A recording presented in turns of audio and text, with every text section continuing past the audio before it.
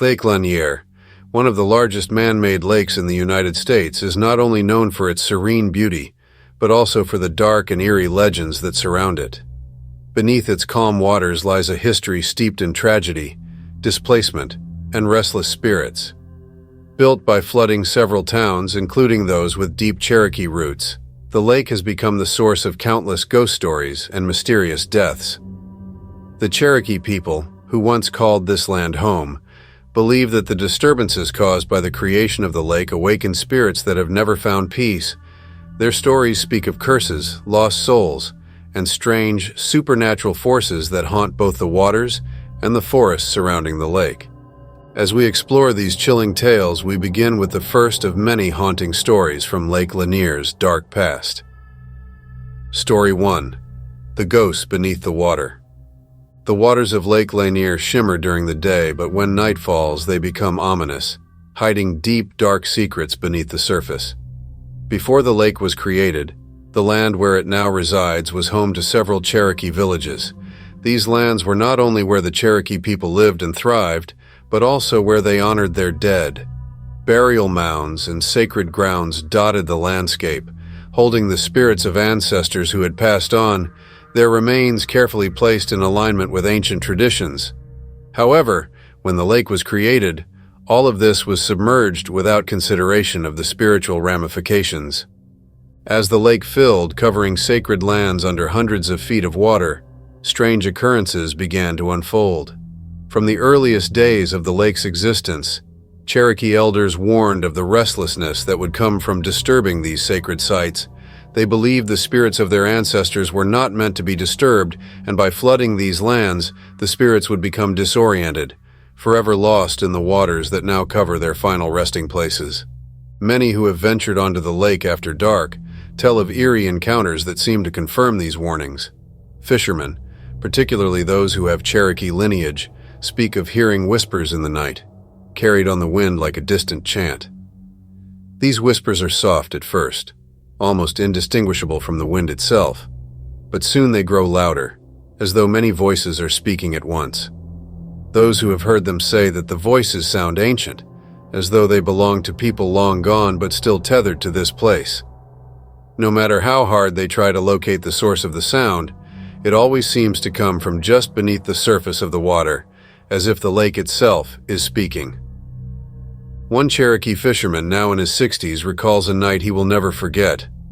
While fishing near a part of the lake believed to be above an old burial ground, he felt an overwhelming sense of unease. The night was quiet, the water still, but the air seemed to hum with energy. He cast his line, trying to shake the feeling, but after a few moments he noticed something unusual, a faint glow beneath the surface. At first he thought it was a reflection of the moon, but as he leaned closer he realized it was not coming from above but from deep within the water. As he watched, the glow became brighter, and he began to make out shapes. First there was just one, then several. Shadowy figures moving slowly through the water, as though they were walking on the lake bed. He felt a chill run down his spine. These figures, he later said, seemed to be the spirits of the Cherokee who had been buried beneath the lake. Their forms were indistinct, wavering in the water like smoke, but their movements were purposeful, almost as if they were searching for something, or perhaps trying to find a way back to the surface. Shaken, he quickly packed up his gear and left the lake. Others have reported similar sightings, glowing figures beneath the water, ghostly shapes that appear only at night, as if the spirits of the drowned and displaced cannot rest in peace. There are even stories of people being drawn to the water's edge by an unseen force, only to be overwhelmed by an inexplicable sense of sadness and dread. The Cherokee believe these are the spirits of their ancestors trapped between worlds, wandering the depths of Lake Lanier, searching for the sacred burial grounds they once knew. Some say the spirits are not malicious, but lost, forever displaced by the flooding of their homeland. Others, however, believe that these spirits are angry, that the desecration of their resting places has left them restless and vengeful, and that they will not stop until their land is restored or acknowledged. Whatever the truth may be, one thing is certain: Lake Lanier is far from just an ordinary lake, and the spirits that linger beneath its waters ensure that it remains a place of mystery and fear. Story 2. The Curse of Forsaken Land. Long before the creation of Lake Lanier, the land where the lake now sits was steeped in history, a place of deep spiritual significance to the Cherokee people. This land was not merely a physical space, it was the center of their lives, where they connected with nature, their ancestors, and the spiritual world. The Cherokee had lived in these regions for generations, cultivating the land, performing rituals, and caring for the sacred burial mounds that dotted the landscape. It was land they believed had been given to them by their creator, and in return, they had a duty to protect it. But all of this changed in the 1830s, when the Cherokee were forcibly removed from their ancestral homeland during the Trail of Tears. The Trail of Tears was a brutal chapter in American history, where the Cherokee people were forced to leave behind everything they had known: homes, sacred lands, and graves of their ancestors. Thousands died on the journey, and those who survived were left to start over in a land far from where their spiritual roots lay. Cherokee elders spoke of a curse that had been placed on the land in their absence, a curse that would bring misfortune to those who desecrated it.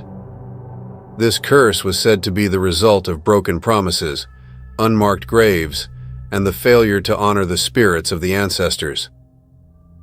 When the U.S. government decided to flood the land to create Lake Lanier in the 1950s, many Cherokee people saw this as the final insult to their ancestors and to the sacred land. The creation of the lake involved not just flooding forests and farmland, but also entire towns, some of which included unmarked Cherokee graves.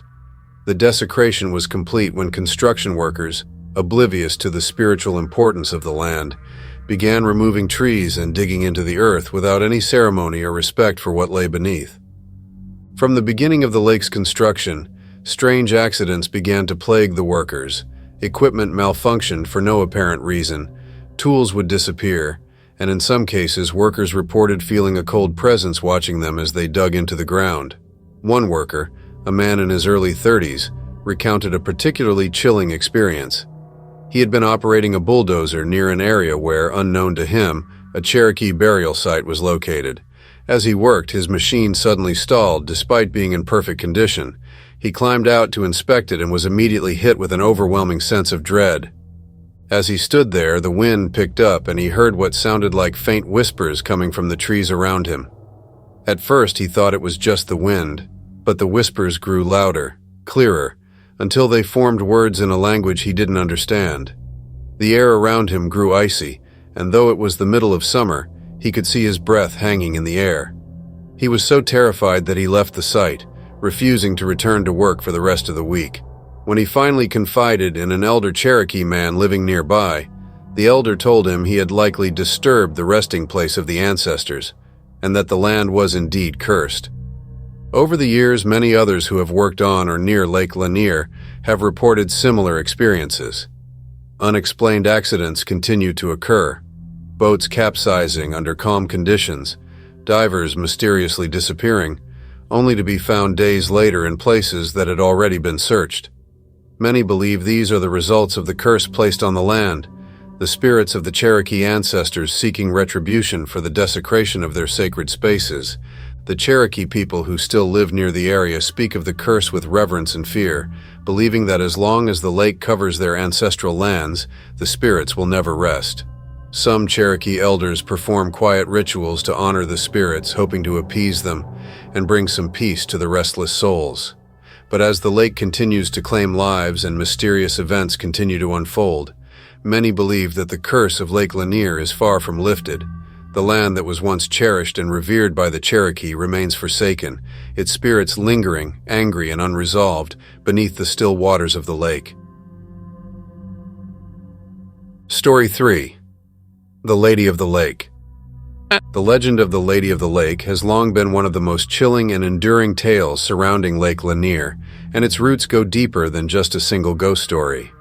While many locals have heard of the ghostly woman in white who appears by the water, Cherokee elders speak of an older, more tragic origin to this apparition, a tale that intertwines the lake's troubled past with the sorrow of a Cherokee woman whose spirit is said to still wander the shores searching for what was lost. Long before the creation of the lake, when the Cherokee people lived and thrived on the land, there was a village near the Chattahoochee River, where a young woman named Ayoka lived. She was known for her beauty, her kindness, and her deep connection to the land. Ayoka, like many in her village, revered the river, believing it to be the life source of their people, a spiritual gateway that connected the living with the ancestors. It was said that she often walked the riverbanks, offering prayers and songs to the spirits, hoping to protect her people from the hardships that had already begun with the encroachment of settlers. Ayoka's life was torn apart when a small band of soldiers arrived in her village, part of the early efforts to forcibly remove the Cherokee from their ancestral lands. During a skirmish with the soldiers, Ayoka's beloved, a warrior named Sali, was killed defending their home. Devastated by his death, Ayoka fled to the river, consumed by grief. It is said that in her sorrow she threw herself into the rushing waters, hoping to reunite with Sali in the spirit world. Her body was never recovered, and the Cherokee believed that her spirit had become one with the river, forever lost in its depths. When the land was flooded to create Lake Lanier, the ancient riverbanks where Ayoka had lived, prayed, and died were submerged, trapping her restless spirit beneath the water. As the lake grew in size, so did the sightings of a woman in white, walking the shores at night or drifting just below the surface of the water. Her presence is always accompanied by a deep, haunting sadness, as if the air itself becomes heavy with the weight of her grief. Boaters and swimmers have reported seeing her over the years, her pale form glowing in the moonlight, often appearing near the part of the lake where the Chattahoochee River once flowed freely. Those who have encountered her describe her as a young woman dressed in a flowing white dress, her hair long and dark, trailing in the water as she moves silently along the shore. Some say she looks lost, as though she is searching for something or someone she cannot find. Others claim that she beckons them, raising her hand as if asking for help before vanishing into the mist. One particularly chilling encounter happened to a group of campers who had set up their tents near the water's edge. It was a warm summer night, and the lake was calm, the moon casting a silver sheen across its surface. The campers had spent the evening telling ghost stories, laughing at the tales of hauntings and restless spirits said to lurk around the lake. As the night wore on, the group began to quiet down, preparing to sleep, when one of the campers, a young woman, noticed something odd. Across the water, near a bend in the shoreline, she saw what looked like a person standing in the shallows. The figure was barely visible at first, but as she stared, it became clearer. A woman dressed in white, her clothes clinging to her body as though she had just stepped out of the water. The camper assumed it was someone from another campsite, perhaps out for a late-night swim, but something about the woman's stillness unnerved her. The figure didn't move, didn't make a sound, just stood there, staring out over the lake. The camper nudged her friend, pointing out the strange sight. As more of the group turned to look, the woman began to move, not by walking, but by gliding silently over the surface of the water. Panic set in among the campers as they watched the figure approach, her face coming into view. It was pale, almost translucent, her eyes dark and sunken, as though she had not slept in centuries. The woman in white stopped about 20 feet from the shore, raised her hand as if to wave, and then, before their eyes, vanished into the mist that had begun to rise off the lake. The campers packed up their things and left immediately, but the memory of that night has stayed with them, a constant reminder of the eerie presence that lingers at Lake Lanier. Other visitors to the lake have told similar stories of seeing the woman in white, often describing how she seems to appear out of nowhere, her silent form floating just beneath the water before disappearing. There are those who believe the Lady of the Lake is Ayoka, forever mourning the loss of her beloved Sali and the land that was taken from her people. Some say she is searching for him, hoping to reunite in the afterlife, but her spirit remains bound to the waters of Lake Lanier, unable to find peace. Others believe she is a warning, a reminder of the suffering and death that have marked the lake's history, her presence a manifestation of the sorrow that the Cherokee people experienced when their land was stolen and their homes destroyed. Whether she is Ayoka or another lost soul, one thing is certain: the Lady of the Lake has become a symbol of the tragedy and restless spirits that haunt Lake Lanier. Her appearances, though rare, are enough to send chills down the spines of those who witness her, a reminder that beneath the surface of this man-made lake lies a world of untold grief, forgotten by history, but remembered by the spirits that remain. To this day, those who visit the lake after dark are warned to be cautious, for if they see the Lady of the Lake, it is a sign that the past is still very much alive, and that the spirits who were wronged by the flooding of these lands are not yet at rest. Story 4, The Drowned Town's Revenge. The creation of Lake Lanier required more than just flooding an area of land. Entire towns, churches, cemeteries, and farms were submerged under the rising waters, as the U.S. Army Corps of Engineers filled the valley with water from the Chattahoochee River in the 1950s. These drowned towns, some with deep roots in Cherokee history, were meant to be forgotten, swallowed up by the waters of the newly formed lake. But the land, and those who once called it home, have not gone quietly into the depths. Many believe that the drowned towns beneath Lake Lanier have taken their revenge on those who disturbed them, and the lake's dark reputation is evidence of that. Before the water covered them, towns like Oscarville were home to both settlers and the remaining Cherokee who had not been removed during the Trail of Tears. These towns had cemeteries, where both settlers and Cherokee ancestors were buried. Although efforts were made to relocate some graves, many were left behind, their headstones removed, but their bodies still resting beneath the earth. As the waters rose, these cemeteries were submerged along with homes, churches, and buildings that had stood for generations. In the eyes of the Cherokee, this was a final desecration of their land, a violation that would awaken the spirits of the dead. From the moment the lake was filled, strange and deadly events began to occur. Boaters and swimmers reported feeling strange forces pulling them under the water, even in calm conditions. The lake, it seemed, had a dark, unnatural pull, and over the years the number of drownings and mysterious deaths continued to climb. To this day, Lake Lanier is infamous for the number of lives it claims each year, with many of these incidents being impossible to explain. The Cherokee believe these are the direct result of the drowned towns beneath the lake, a manifestation of the spirits of those who were displaced, now seeking vengeance for their disrupted rest. One of the most chilling stories involves a group of divers who ventured into the depths of Lake Lanier, hoping to explore the remnants of the submerged towns.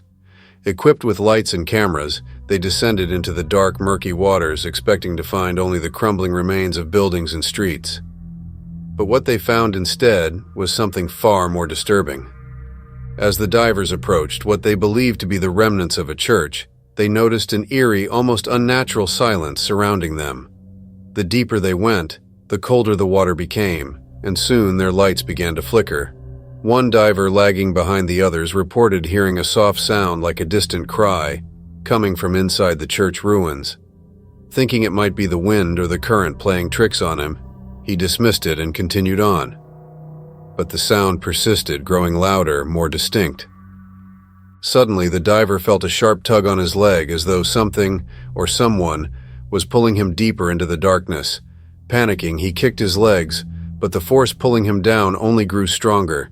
He looked down, shining his light into the murky water below, and for a split second he saw what he described as a hand, pale and ghostly, reaching up from the darkness. Terrified, he struggled to free himself, his heart racing, but it was as if the lake itself had come alive, determined to pull him under. His fellow divers noticed his distress and rushed to help, grabbing his arms and pulling him toward the surface.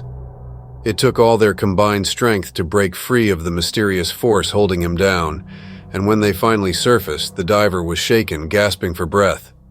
He swore that something had tried to drag him into the depths, and though the others had not seen the hand, they too had felt the cold, oppressive presence beneath the water. Other divers have reported similarly unsettling experiences while exploring the submerged towns. Some have claimed to see entire buildings that seem to be in a state of unnatural preservation, only to disappear when approached. Others have described seeing strange, shadowy figures moving through the water, watching them from a distance before vanishing into the darkness. The deeper one goes into the lake, the more these experiences seem to intensify, as if the spirits of the drowned towns are becoming more powerful, more insistent in their need for retribution. But it's not just divers who have encountered the wrath of the drowned towns. Boaters and fishermen have long spoken of ghostly encounters on the surface of the lake as well. There are countless reports of boats capsizing without warning, even on days when the water is calm and the weather clear. Survivors often describe feeling as though something was pulling their boat down, as though invisible hands were dragging them into the depths. In some cases, people have reported seeing apparitions on the water, faint figures standing on what appears to be solid ground, only to vanish when approached. One particularly eerie story comes from a fisherman who had been out on the lake late one night. He was alone, his boat drifting quietly in a remote part of the lake, when he noticed something unusual. In the distance, he saw what appeared to be lights, a row of glowing orbs like lanterns floating just above the surface of the water. At first, he thought they were other boats, but as he drew closer, he realized there was no sound of engines or movement, just the eerie, silent glow of the lights. Curious, he steered his boat toward the lights, but as he approached, the temperature around him suddenly dropped, and a heavy, oppressive feeling settled over him. The lights began to fade, and for a brief moment he saw what looked like the outline of a town, a street lined with houses and a church, illuminated by the dim glow of the orbs. The sight was fleeting, and as soon as it appeared, the town vanished, leaving only darkness and the chilling realization that he had seen one of the drowned towns, rising from the depths of the lake. He turned his boat around and headed back to shore as fast as he could, but the experience haunted him for years. Others who have seen the ghostly remnants of the drowned towns speak of a similar, overwhelming sense of sadness and fear, as though the very land beneath the lake is crying out for justice, for recognition of the lives and homes that were lost when the water flooded the valley. To the Cherokee, these stories are not mere ghost tales. They are the manifestation of a deep injustice, a spiritual imbalance that was created when the sacred land and the lives it held were drowned without proper respect. The spirits of the drowned towns are not at rest, and they continue to exact their revenge on those who disturbed the waters of Lake Lanier. Whether by pulling unsuspecting swimmers into the depths, or by appearing to those who dare to explore the lake's dark past, the spirits of the past refuse to be forgotten, reminding everyone who visits the lake that there is more beneath the surface than anyone truly understands. Story 5. The Weeping Forests. Lake Lanier, known for its treacherous waters and the eerie occurrences reported by swimmers and boaters, holds another, more elusive horror within the dense forests that line its shores. These woods, some of which have remained untouched for decades, were once sacred grounds where the Cherokee people gathered for ceremonies, prayers, and to commune with the spirits of their ancestors.